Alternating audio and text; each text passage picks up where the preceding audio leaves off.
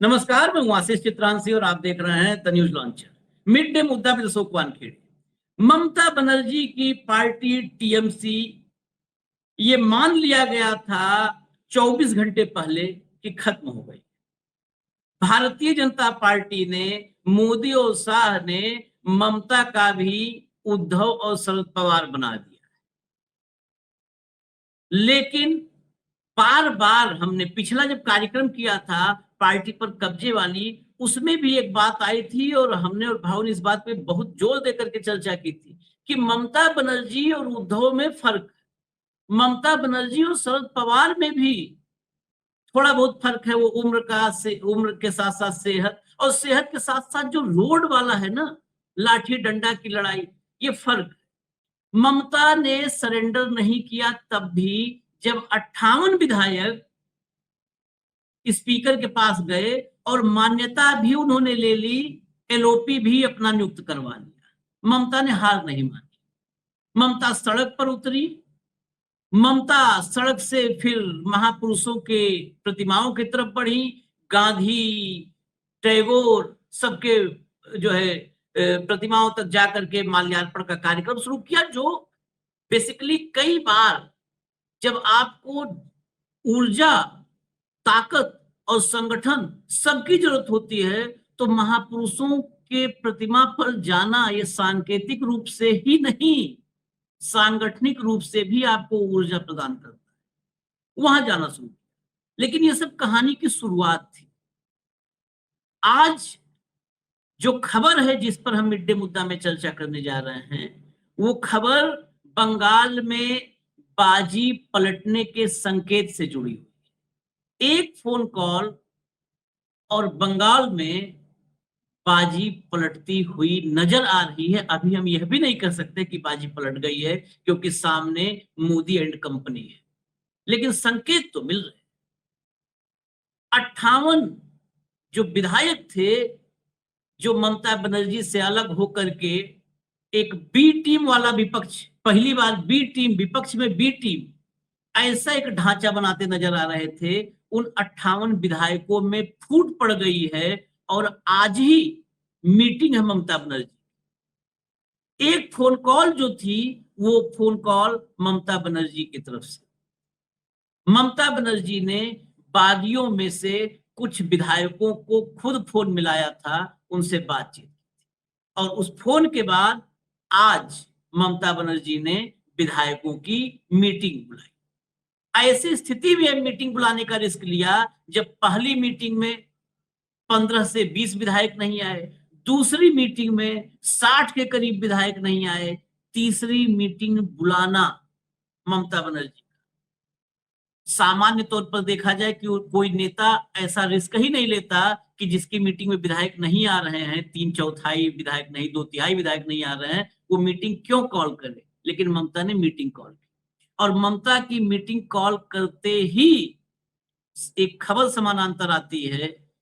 बागी धड़े के तरफ से पहली फूट इस्टेब्लिश हो जाती है, जहां पर विधायक खुद कहता है कि ममता बनर्जी ही हमारी नेता होंगी, इसके अलावा कोई लीडर नहीं होगा। ममता को जो भी एडवाइजर या मार्गदर्शक बनाने की कोशिश कर रहे हैं, हम उनके साथ नहीं रहेंगे। यानी ऋतव्रत बनर्जी और संदीपन साहा, इन दोनों को झटका उसी के साथ ही विधायकों ने देनी शुरू कर दी।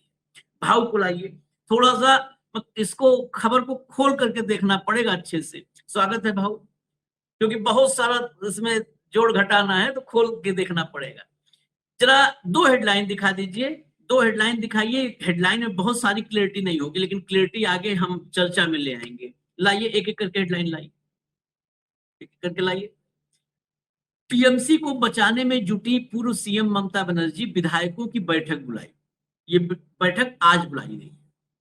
आगे चलिए, इस हेडलाइन के साथ जरा जोड़ करके देखिएगा। ममता बनर्जी ही हमारी नेता, हम नहीं मानेंगे। अब टीएमसी के बागी गुट में फूट। अब जरा भीतर चलिए। टीएमसी में चल रही जबरदस्त उथल पुथल के बीच मुख्यमंत्री ममता बनर्जी ने शुक्रवार को अपने आवास पर विधायकों की अहम बैठक बुलाई है। सूत्रों के मुताबिक पूर्व मुख्यमंत्री ने पार्टी नेताओं के साथ ही कई बागी विधायकों को फोन किया है। ये खुद फोन मिलाया है ममता बनर्जी। अब आगे चलिए जरा, अब यहां से देखिए खेल। बागी गुट के विधायकों ने पार्टी में बने रहने के लिए नेतृत्व परिवर्तन का राग छेड़ दिया है। नेतृत्व परिवर्तन के मुद्दे पर अब बागी गुट में भी फूट पड़ती दिख रही है। हावड़ा के पांचला से टीएमसी विधायक गुलशन मलिक, जो बागी खेमे से हैं, उन्होंने इसे लेकर बड़ा बयान दिया है। पांचला के टीएमसी विधायक गुलशन मलिक का कहना है कि अगर ममता बनर्जी सिर्फ मार्गदर्शक रहेंगी, नेतृत्व तो छोड़ देंगी, हमारी नेता नहीं रहेंगी, तब हम नहीं मानेंगे। अगर ऐसा हुआ कि सिर्फ मार्गदर्शक, जो ऋतव्रत ने ऑफिशियली बोला है, ऑन कैमरा बोला है कि ममता सिर्फ अब एडवाइजर रहेंगी, हमारी मार्गदर्शक रहेंगी, और उसी ऋतव्रत का साथी विधायक कह रहा है, उसी खेमे में जो गया जिसने दस्तखत किए हैं, वो कह रहा है कि ममता को सिर्फ अगर मार्गदर्शक बनाया और वो अगर लीडरशिप छोड़ देंगी, हमारी नेता नहीं रहेंगी, तो हम नहीं मानेंगे। गुलशन ने कहा कि हावड़ा जिले में 5 से 6 विधायक ऐसे हैं जिनसे मेरी इस मुद्दे पर बात हुई। यानी अकेले ये मामला सिर्फ एक नहीं कि गुलशन मलिक का है, चलो 58 में से एक गया तो 57 बचे। 5 से 6 विधायक सिर्फ एक जिले में, हावड़ा जिले में, जिनसे मेरी इस मुद्दे पर बात हुई है। गुलशन मलिक ने कहा कि इन विधायकों के साथ मीटिंग में भी इस बात पर चर्चा हुई है। ममता बनर्जी हमारी नेता हैं और यह जो मार्गदर्शक की बात हो रही है उसे हम नहीं मानेंगे। उन्होंने साफ कहा कि ममता बनर्जी ही हमारी नेता हैं और ऐसी ही बात हुई भी थी। ये लाइन ध्यान रखिएगा, ऐसी ही बात हुई भी थी, यानी इन सब ने झूठ बोल करके बगावत करवाई। अब इस बात पर अभी चर्चा करेंगे। यानी जो ये संदीपन साहा और ऋतव्रत बनर्जी, इन्होंने जिन 58 विधायकों को इकट्ठा किया, इसमें सिर्फ ईडी नहीं थी, इसमें सिर्फ लालच नहीं था, इसमें झूठ, फरेब और मक्कारी भी थी। गुलशन मलिक ने साफ कहा कि अगर कहा जाता है कि ममता मार्गदर्शक होंगी तो मैं नहीं मानूंगा, ममता ही हमारी नेता है। उन्होंने कहा कि हावड़ा से हम 6 से 7 लोग ऐसे हैं जो मार्गदर्शक के तौर पर नहीं बल्कि नेता के तौर पर ही ममता दीदी को मानेंगे। गौरतलब है कि बागी गुट ने ममता बनर्जी के नेतृत्व को चुनौती दी थी। बागी गुट के नेताओं ने साफ कह दिया था कि ममता बनर्जी हमारी मार्गदर्शक है। अब यहाँ पर फिर आखिरी लाइन को करेक्शन करने की जरूरत है, क्योंकि रिपोर्ट तो जहां से भी आती है इन्फ्लुएंस्ड होती है। बागी गुट के कौन बागी गुट में कहा था कि ममता मार्गदर्शक होंगी? ये बात सिर्फ ऋतव्रत बनर्जी और संदीपन साहा ने कही थी, ये गुलशन मलिक और बाकी विधायकों ने नहीं कही थी। अब मैं चलता हूं, अब हम आएंगे कुछ, अभी बाइट पर आएंगे, कुछ जो भीतर खाने चल रहा है उस सब पे आएंगे, लेकिन एक विजुअल दिखाते हैं ममता ने किस तरह से अभी भी बाजी को पलटने, जुनून भी कायम रखा है, जज्बा भी कायम रखा है और एफर्ट भी सड़कों पर नजर आ रहा है। यहां से शुरू हुई कहानी। जब सड़क पर उतरना और धरती में उन्होंने कहा था कि अलग अलग महापुरुषों के हम जाएंगे और उनको माल्यार्पण करेंगे, उनकी प्रतिमाओं के सामने जाएंगे, तो यहाँ पर गांधी और टैगोर को माल्यार्पण किया, फोन मिलाया और मीटिंग कॉल की, हटाइए भाऊ। ये पूरी की पूरी स्क्रिप्ट के चौपट होने का सीधा संकेत है। क्या 58 विधायकों को जुटाने में झूठ, फरेब, मक्कारी की गई थी? क्योंकि वो क्या कह रहा है कि ये तो हमसे नहीं कहा गया था कि हम ममता दीदी को ही हटाने वाले हैं, हमसे कहा गया था कि चलो भाई विपक्ष एलओपी के रूप में युवा को लाए। अभिषेक बनर्जी के खिलाफ नाराजगी थी, तो उनको ये कहा गया कि अभिषेक बनर्जी के सिग्नेचर से सब अपॉइंटमेंट हुए हैं, तो हम उसका विरोध करेंगे, हम वो अपॉइंटमेंट नहीं मानेंगे, हम अपने अपॉइंटमेंट मानेंगे और हमारी नेता वही रहेगी। कौन? ममता बनर्जी।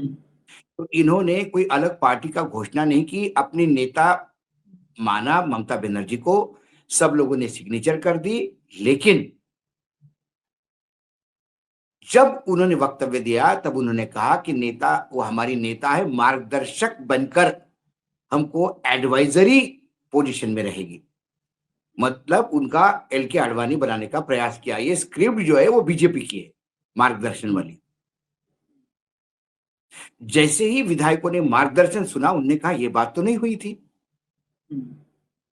बात तो अभिषेक बनर्जी के विरोध करने की थी। हम ममता जी को मार्गदर्शन में नहीं, हम तो हमारी नेता मानते हैं। और ये हावड़ा के विधायक है, जिनके हावड़ा के 5 विधायकों से उन्होंने 5-6 विधायकों से बात करके उन्होंने ये बात की। और जब ये बात की तो मुझे लगता है 5 से ज्यादा लोग अब इसमें होंगे। और यदि ये आंकड़ा 54 के नीचे आता है तो अलग गुट नहीं बन सकता। इनके पास 60 है। यदि 10 लोग भी इधर आ गए तो उनको या तो इस्तीफा देना पड़ेगा या अपनी विधायकी बनाए रखने के लिए यहीं पे बैठना पड़ेगा। और यदि वो इस्तीफा देके फिर चुनाव बाई इलेक्शन करवाते तो बीजेपी से चुनाव लड़ना पड़ेगा।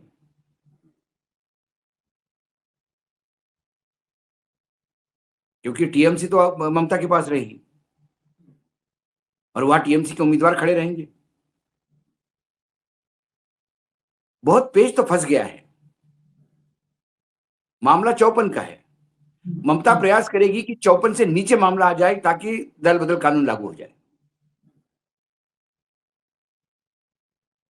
वो तो सिर्फ हावड़ा पे ही हो जा रहा है 54 से नीचे, 58 है और 6 विधायकों तो गुलशन मलिक ही बता रहा है। ममता ने हिम्मत हारने के बजाय पूरे ऑफिस बेरर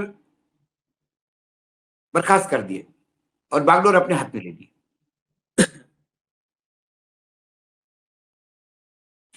ये बागी हो गए, लेकिन ममता ने उनको बागी नहीं कहा, ममता ने उनको गालियां नहीं दी। ईश्वर अल्लाह तेरे नाम सबको सम्मति दे भगवान।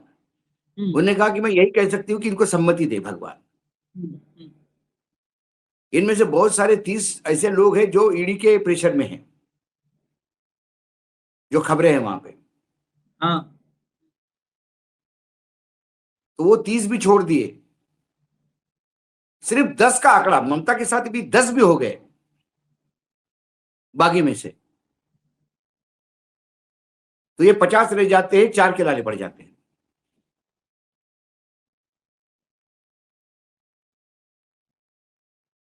खेल यहां फंस गया। फिर ये 50 और सांसदों को लेके पार्टी पे अधिकार बनाने का प्रयास कर सकते हैं, वो लड़ाई लड़ सकते हैं, लेकिन विधानसभा में लड़ाई हार गए वो।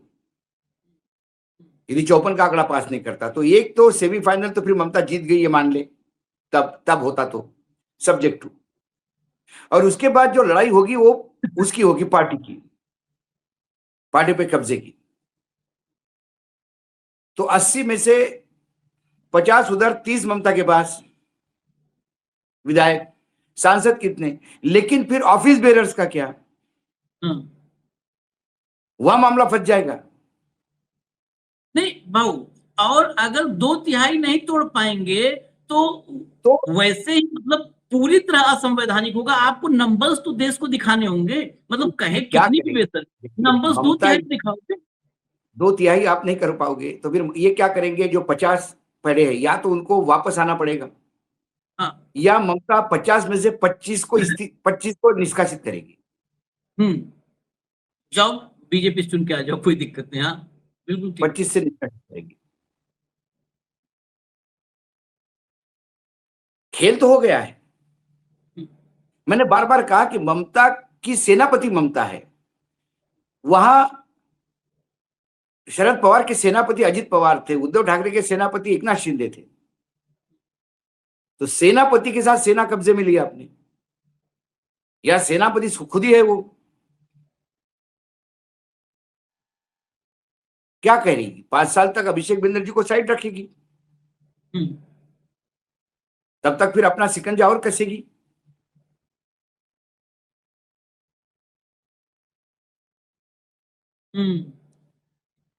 और सांसदों की भी, मैं सांसदों की सूची अब खोल के बैठा हूं, क्योंकि जब ये चर्चा आई, अगर वहां पर फूट रहे तो दिल्ली वाला प्लान कल दोपहर बाद, क्योंकि खबर यहाँ पर खबरें अलग अलग समय पर प्लांट की जाती हैं कि अब इस खबर पे चलो, कल दोपहर बाद जब वहां पे 58 वाला सेटिंग परसों हो गया, कल दोपहर बाद से एक खबर नेशनल मीडिया में चलनी शुरू हुई और खूब चली है। कोई सर्च करेगा, कल शाम में सब जगह ये खबर थी कि 20 सांसद टूटने वाले हैं टीएमसी से, और सबने जुड़वा भी दिया था कि अब परिसीमन बिल, कल शाम में यह भी खबर लगी थी, मैं आपको नहीं होगा तो इस कार्यक्रम में हेडलाइन लग दिखवा दूंगा, कि परिसीमन बिल फिर ला करके और अब मोदी जी पास करवा लेंगे, क्योंकि अब जो है डीएमके से भी बैक चैनल बातचीत कर रहे हैं, टीएमसी के 20 टूट के आई जाएंगे, तो ये सब बैक चैनल बातचीत डीएमके और टीएमसी मिला करके परिसीमन पास करवाएंगे। मैं आता हूं लिस्ट पर, और मतलब जो भी हम कोशिश करेंगे कि सटीक ही चर्चा करें। लिस्ट में 28 सांसदों में कौन कौन सांसद हैं जो ममता बनर्जी के साथ पूरी तरह से हैं, उनको गिनते जाइए। शहनवाज अली रेहान, खलीलुर रहमान, यूसुफ पठान, अबू ताहिर खान, महुआ मोइत्रा 5 गिन लीजिए। उसके बाद सौगत राय 6 गिन लीजिए, हाजी नूरुल 7 गिन लीजिए, उसके बाद अभिषेक हई हैं 8 गिन लीजिए। ये जो लोग कहीं हिलने वाले नहीं हैं। सयानी घोष 9 गिन लीजिए आप। उसके बाद कल्याण बनर्जी 10 गिन लीजिए।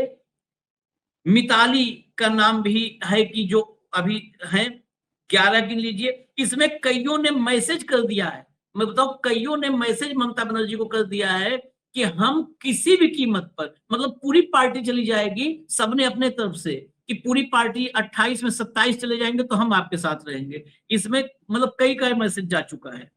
उसके बाद जो है कीर्ति आजाद, ये 11-12 हो गए, मतलब 12-13 के तो ऐसी इंफॉर्मेशन है ऊपर से लेके नीचे तक कि जिन्होंने कमिट कर दिया है कि अगर सब चले जाएंगे तो हम अकेले रहेंगे, हम नहीं जाएंगे। कौन कौन जा सकते हैं? दो तिहाई बहुत मुश्किल है, बहुत मुश्किल। कौन कौन जा सकते हैं ये भी नाम बता दें। लोग हो सकता है सुने तो उनको अपने मन में पता चल जाए कि हाँ हम तो चोरी चोरी काम कर रहे थे, चोरी चोरी चुपके खबर बाहर भी है। इसमें कुछ नाम, जैसे अभी 50-50 में शताब्दी राय का नाम है, 50-50 में चल रहा है शताब्दी राय का नाम। जून मालिया का नाम चल रहा है, जून मालिया का नाम चल रहा है, ये संपर्क में है। इन सबकी झंडा बरदार काकोली घोष दास्तीदार, जो शुभेंदु की मीटिंग में जाना शुरू की, जिसने सबसे पहले जिसने ममता के साथ गद्दारी शुरू की, तो वो है ही है। शताब्दी 50-50 में है, जून मालिया है। उसके बाद रचना बनर्जी है, रचना बनर्जी का नाम बहुत तगड़ा चल रहा है इस कैटेगरी में। अब बाकी और भी कुछ नाम हैं, अभी इन्हीं को हम रहने देते हैं 3-4 नाम पर ही, बाकी हम सब एक एक नाम भी नहीं होगा बता देंगे। एक देव का नाम है।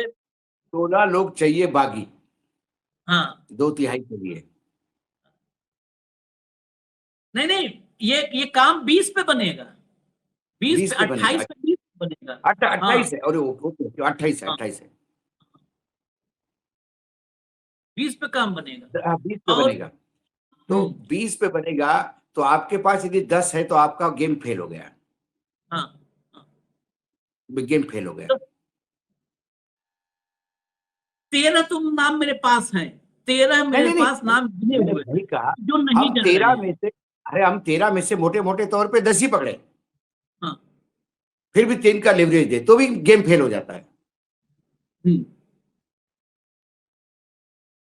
ये बात अलग है कि या बिरला साहब बैठे हैं वो बोलेंगे नहीं 28 में 2 तिहाई, हम 18 को नहीं मानते, हम तो जो बचे हैं जो आ रहे हैं उनको ही मानते 2 तिहाई, क्योंकि वो भी इंटरनेशनल पॉलिटिकल साइंस के स्टूडेंट रह चुके हैं ना।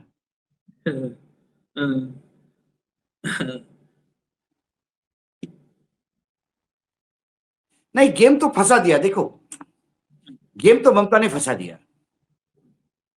बेसिक फर्क क्या है उद्धव ठाकरे, शरद पवार और ममता में? थ्रोइंग ऑफ द विकेट एक अंग्रेजी में कहावत है, तो क्रिकेट से रिलेटेड है कि जब बहुत अच्छा जब प्लेयर खेलते रहता है वो इतना थक जाता है कि वो खुद आउट होना चाहता है और वो विकेट छोड़ देता है अपनी, थ्रोइंग ऑफ द विकेट।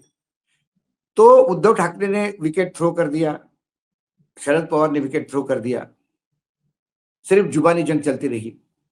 ममता रास्ते पे उतर आई। ममता ने सबसे पहले बिना परमिशन का धरने पे बैठ गई, और ये ममता का कुछ नहीं कर सके, सिर्फ लोगों को रोक सके।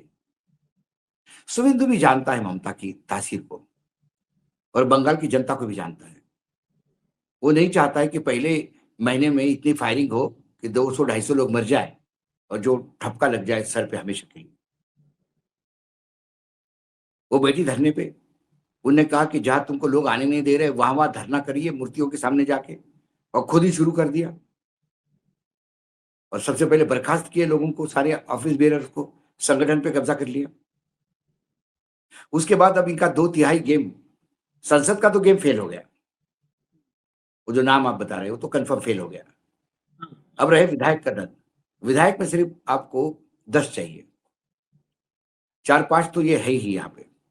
या तो उनको बोलना पड़ेगा कि ममता ही हमारी नेता है, ममता ही तय करेगी, तो फिर ममता की मीटिंग में इनको जाना पड़ेगा। समझा कीजिए, ममता की मीटिंग में जाना पड़ेगा कि हमने ममता को नेता माना है, मार्गदर्शक आपकी हो सकती है, हमारी नहीं।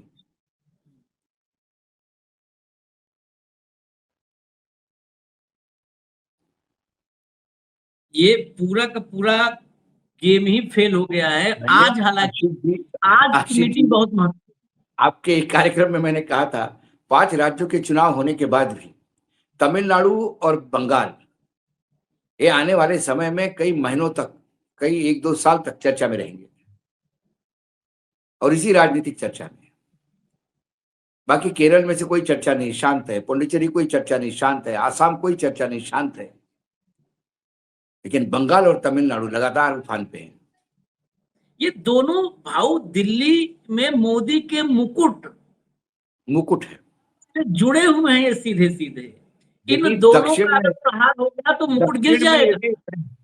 दक्षिण में यदि तमिलनाडु कब्जे में आ जाए, और बंगाल में सत्ता में तो आ गए लेकिन बंगाल कब्जे में नहीं आया अभी, पूर्ण रूप से बंगाल कब्जे में आ जाए तो खेल हो जाए, जैसा महाराष्ट्र कब्जे में ले लिया उन्होंने। विपक्ष है लेकिन नाम मात्र है। बंगाल कब्जे में नहीं आया। हाँ, वो बेचैनी बीजेपी के भीतर ये बेचैनी दिख भी रही है। बीजेपी में जो है, आप बंगाल के नेताओं को छोड़ दीजिए, बंगाल के बाहर के नेता भी अब ममता बनर्जी की पार्टी में स्प्लिट, और ऐसे ऐसे नेता जिनको पता भी नहीं है, बंगाल का नक्शा नहीं पता है, वो भी ज्ञान दे रहे हैं। जरा एक दो बातें हैं, जरा सुनाइए।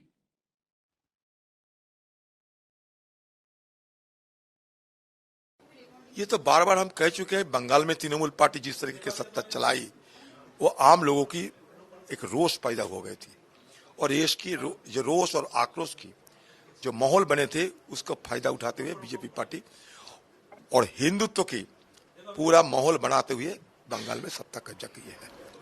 दादा, अब जब तृणमूल यहाँ पे से उस खत्म की तरफ है, तो आप समझते हैं फेवरेबल कंडीशंस है कांग्रेस पार्टी? बिल्कुल हमारे लिए, मतलब पहले तो इतने सारे हमें मौका नहीं मिलते थे, क्योंकि यहाँ तो ध्रुवीकरण हो गए थे दोनों तरफ से, एक तरफ बीजेपी दूसरी तरफ टीएमसी, बीच में कोई जगह नहीं बन पाते थे हम लोग। आज क्या होगा, कुछ जगह हमें मिलेगा कि मैन्यूवरिंग करने के लिए, अपना पार्टी की बढ़ाने के लिए संगठन, हमें तो मौका मिलेगा, जरूर हमें फायदा होगी। ये पहले मैं बीजेपी के 1-2 बयान थे उनको चलवाना था, लेकिन पहले आ गए अधीर रंजन चौधरी। चलिए कोई बात नहीं, अधीर रंजन आ गए। अधीर रंजन पर चर्चा मुझे करना भी था, एक सवाल तो इन पे लेना था। ये टीएमसी के पतन में कांग्रेस के लिए स्कोप ढूंढ रहे हैं, कह रहे हैं कि कांग्रेस के लिए अब मौका है कुछ करने का। इतने के बावजूद ज्ञानेश कुमार और भारतीय जनता पार्टी के नेक्सस को इन्हीं का नेता एक्सपोज कर रहा है, राहुल गांधी। ये कह रहे हैं कि ममता से नाराज थे लोग, बाहर कर दिया उनको, अब हमारे लिए स्कोप है। यानी ये कहीं ना कहीं चुनावी नतीजों को एंडोर्स कर रहा है। इनको एक सवाल भी कोई पूछता, आसाम में तो आप आमने सामने थे, आसाम में क्या हुआ? आसाम में तो आमने सामने थे। या दूसरा सवाल पूछना था कि राहुल गांधी तो कहते हैं कि वहां मतों की चोरी हुई, और आप कहते हैं कि लोगों का क्रोध हुआ।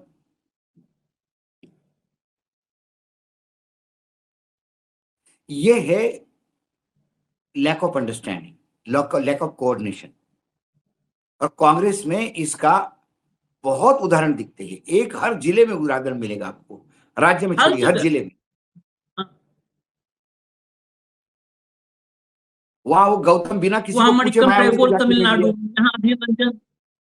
हाँ, मणिकम टैगोर तमिलनाडु, या गौतम वो दलितों के नेता बने हुए हैं, मायावती के चरणों में जाके गए, मायावती ने लात मार के भगा दिया। पूरी कांग्रेस की किरकिरी हो गई, नोटिस इशू किया कांग्रेस आला कमान ने। किसको पूछ के गया था भाई, किसको पूछ के गया था? वहां वो अध्यक्ष बनने के लिए उतावले पड़े हुए हैं कि मुझे अध्यक्ष बना दो, क्योंकि उनका कहना है कि भैया ब्राह्मण जनरल सेक्रेटरी इंचार्ज है और राय साहब जो है वो अध्यक्ष है, ये नहीं चलेगा, दलित अध्यक्ष चाहिए या दलित इंचार्ज चाहिए महामंत्री। ये में उलझे रहेंगे। वहां अनिल जयहिंद और ये दोनों ने मिलके वहां सुपारी ले ली बिल्कुल राय साहब की। एक अध्यक्ष है जो ग्राउंड लेवल पे 24 घंटे घूमते रहता है, उसको भी निपटावा। ये सब बीजेपी की स्लीपर सेल है भाई, नहीं तो ये पार्टी की बेइज्जती करने मायावती जी के पास नहीं जाता। भाऊ, मैं तो एक मायावती जी के पास गया, वो अलग बात है। कांग्रेस में, कांग्रेस का अपना निर्णय है, कांग्रेस स्वतंत्र है अपने निर्णय लेने के लिए, लेकिन बतौर विश्लेषक हम तो इतना कर सकते हैं ना, जब अनिल जयहिंद को ओबीसी का चेयरमैन बनाया, तभी मेरे दिमाग में पहला सवाल आया कि आपके पास उत्तर प्रदेश का यादव आपके साथ अखिलेश यादव की वजह से है, आप अखिलेश यादव से तोड़ करके कांग्रेस में तो यादव नहीं ला पाओगे। बिहार का यादव आपके पास लालू यादव तेजस्वी यादव की वजह से है, अब लालू यादव तेजस्वी यादव को छोड़ के वो अनिल जयहिंद के चक्कर में तो आएगा नहीं, अनिल जयहिंद यादव है, आएगा नहीं। हरियाणा का अहिरवाल का यादव हिलने वाला नहीं है, वो आपके अहिरवाल के नेता कैप्टन अजय और उनके पुत्र नहीं ला पाए, तो ये अनिल जयहिंद ले आए। अजीब बात है। मध्य प्रदेश का यादव नहीं आता इनके पास। मध्य प्रदेश में यादव को उन्होंने प्रदेश अध्यक्ष बनाया था, तो भी मध्य प्रदेश का यादव इनके साथ नहीं आया। राजस्थान का यादव इनके पास नहीं आता। उसके बावजूद अनिल जैन जैसे आदमी जिसका कोई मतलब वो अच्छा चलो ठीक है, आप यादव के इतना बड़ा जमीन का नेता है कि 3-4 विधान लोकसभा जितवा सकता है, 20-25 विधानसभा जितवा सकता है, ये ग्राम पंचायत की सीट नहीं निकाल सकता सरपंच के तौर पे। आपको ये बैंकरप्सी है। ये राहुल गांधी जी को समझ में नहीं आता, मुझे नहीं समझ में आता कि क्यों उनके लिए ये आग के तारे बने हुए हैं। बहुत, अरे वो गौतम से ज्यादा वजूद तो उसका है जो रिटायर्ड, जो ब्यूरोक्रेसी से आए हुए हैं। ये उदित राज इससे ज्यादा लोग इकट्ठा कर लेता है दिल्ली में। एक जमाना था वो आदमी दिल्ली में लाख की भीड़ खड़ा करता था। वही बात है ना कि भाई उनका डिसीजन, उनकी पार्टी, उनका डिसीजन है, लेकिन हमारे पास तो ये अधिकार है कि हम भैया बतौर एनालिस्ट कर सके। विश्लेषण तो करेंगे हम, क्या सिर्फ बीजेपी का ही विश्लेषण करेंगे क्या? राजनीतिक दल है, विपक्ष का बड़ा रोल होता है। बिल्कुल करेंगे। विपक्ष इस लोकतंत्र का दूसरा पहिया है। यदि वो पहिया छोटा बड़ा हो जाए तो लोकतंत्र की गाड़ी ठीक से नहीं चलती।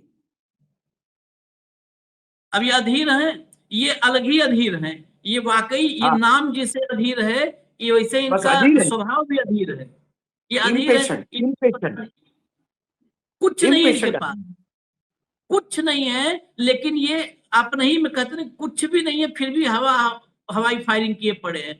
जरा दिनेश शर्मा को सुना दीजिए। मैं कह रहा था भाजपा को सुनाना, इन लोगों की व्याकुलता देखिए। ये लोग आजकल और दिनेश शर्मा वो हैं यूपी डिप्टी सीएम रहे, इनसे उत्तर प्रदेश पूछ लिया जाए। हम तो कहते हैं चैलेंज के साथ कि एक दिन उत्तर प्रदेश पे चर्चा करने बैठ जाए, उत्तर प्रदेश इनसे पूछ लिया जाए।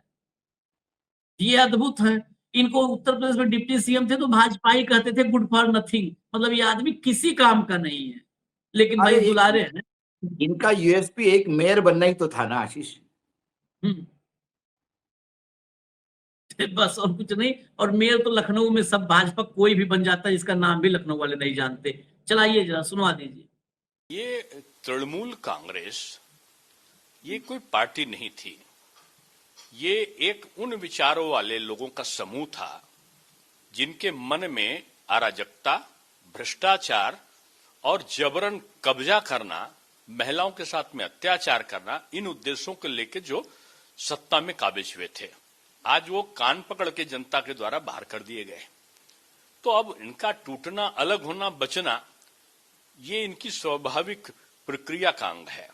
और मैं समझता हूं कि तृणमूल कांग्रेस या उनकी ऐसी जो नई नई बनी हुई पार्टियां हैं, इनका अस्तित्व अब बहुत ज्यादा नहीं बचा है। इस आदमी की समझ देखिए भाऊ, उसी एक कब्जा इतना- करने वाले बिना विचारधारा के भ्रष्ट लोगों में से छांट करके लाया, मुख्यमंत्री बनाया। ठीक है। दूसरी बात, इसी हाँ। तृणमूल कांग्रेस के आदमी को लाके चीफ मिनिस्टर बनाया। दूसरी बात, अटल जी के साथ मंत्रिमंडल में कौन था भाई? ममता बनर्जी थी। ममता बनर्जी, हाँ, तो ये तब दिनेश शर्मा क्या थे? कारपोरेटर भी थे क्या? कुछ नहीं। इनको अपने ही पार्टी का इतिहास मालूम नहीं है, मैं बता रहा हूं आपको। तब ममता बनर्जी के लिए कसीदे पढ़े जाते थे, ये लोग ममता बनर्जी के लिए एयरपोर्ट पर रिसीव करने जाते थे। यही भाजपा ही है जब वो एनडीए गठबंधन में थी।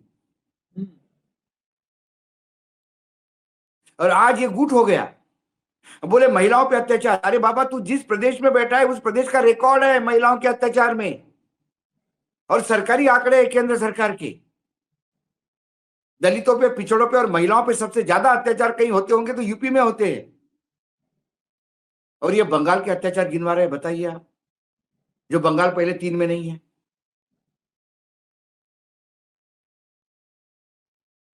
इनके नेता, इनके सांसद, इनके विधायक जेल काट रहे हैं। इनको चुनाव लड़ने के लिए सजा याफ्ता मुजरिमों को छुड़वाना पड़ता है। इसी व्यभिचार के आरोपों में सजा काट रहे लोगों को।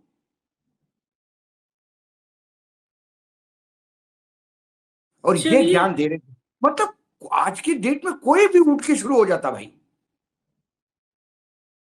नहीं, एक दिन इस पर भी करेंगे चर्चा। जो ये लोग बता रहे हैं बहुत टीएमसी की विचारधारा नहीं, कब्जाने वाली विचारधारा थी, तो कुछ खबरें ऐसी भी, कुछ ऐसी एक स्ट्रीम इस विषय पे भी चर्चा कर रहे हैं। एक धारा चर्चा बंगाल में कर रही है, जिसमें जो है कम्युनिस्ट सलीम भी हैं, और सलीम बता रहे हैं, कह रहे हैं कि ये संघी थे ममता बनर्जी को, मतलब वहां पर बंगाल में मजबूत करने के लिए इन्होंने अप्रत्यक्ष रूप से पर्दे के पीछे खेल खेला कि ममता बनर्जी जो है स्ट्रांग होंगी, वामपंथ खत्म होगा, तभी हम सेकेंडरी रोल में आएंगे। मतलब दूसरे नंबर पर, दूसरे वाली भूमिका में हम तभी आएंगे जब वामपंथ जड़ से खत्म होगा। और उसके लिए संघियों ने पर्दे के पीछे से, वो चाहे समझौता हो चाहे बिना समझौते के, संघियों ने ममता बनर्जी को सपोर्ट दिलवाने का काम किया, उनका बेस बढ़ाने का काम किया। तो बहुत सारी कहानियां, बहुत सारी आसाम में एजीपी को किसने खड़ा किया? हाँ, संघियों ने। हाँ?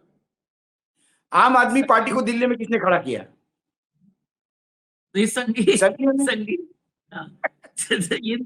इनकी कहानी, और ये लोग बता रहे, दिनेश शर्मा जैसे लोग। खैर, इजाजत दीजिए, और आज की मीटिंग पर नजर रखिए, आप भी नजर रखिए, हम भी नजर रखे हैं जो अपडेट होगा, क्योंकि आज की मीटिंग में नंबर्स जो होंगे ना, वो बहुत महत्वपूर्ण होंगे। हमारा जितना भी हमने एनालिसिस किया वो फेल भी हो सकता है अगर वहां पर नंबर्स फिर आज खत्म हो गए। और नंबर्स को रोकने के लिए ये ऋतव्रत बनर्जी और संदीपन साहा नहीं काम करेंगे, ये काम बीजेपी का है कि नंबर्स रोकना है।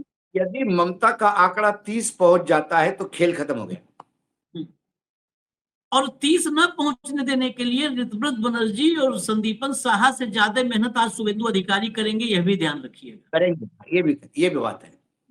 हाँ, किसको कहाँ रोकना है, किसको कहाँ फंसाना है, ये सब पर काम होगा और विधिवत काम होगा। इजाजत दीजिए हमें। धन्यवाद भाऊ, बहुत बहुत धन्यवाद। नमस्कार।